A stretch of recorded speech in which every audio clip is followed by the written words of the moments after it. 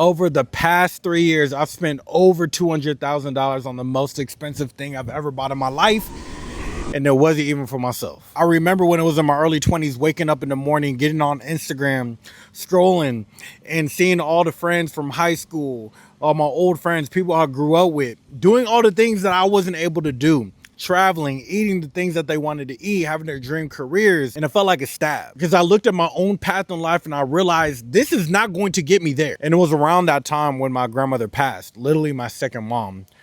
And everything changed. And I remember being 7, 8 years old, kind of joking around saying like, hey, Nana, I'm gonna buy this house from you. This house is gonna be mine. And she would always smile, you know, kind of joking around and say, yeah, maybe one day I'll sell it to you. It was 2 decades later. It was to my surprise when she passed that she left the house in my name. What really hit me, it wasn't the house being passed down. It was her intentionality.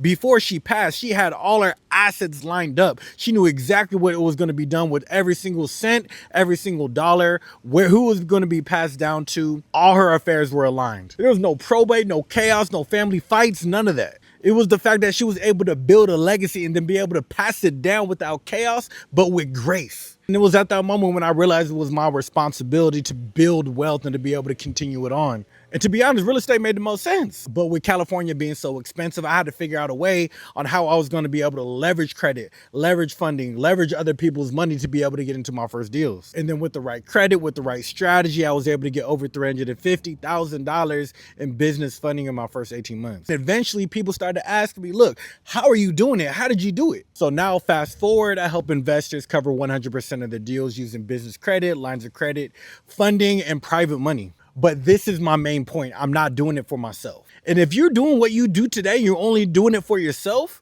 you're being selfish. Now you got to ask yourself, are you doing this for your future you? Are you doing this for your future family, for your future kids? Because everything I do now, everything that I build is for them. Most importantly, this is to continue on my grandma's legacy.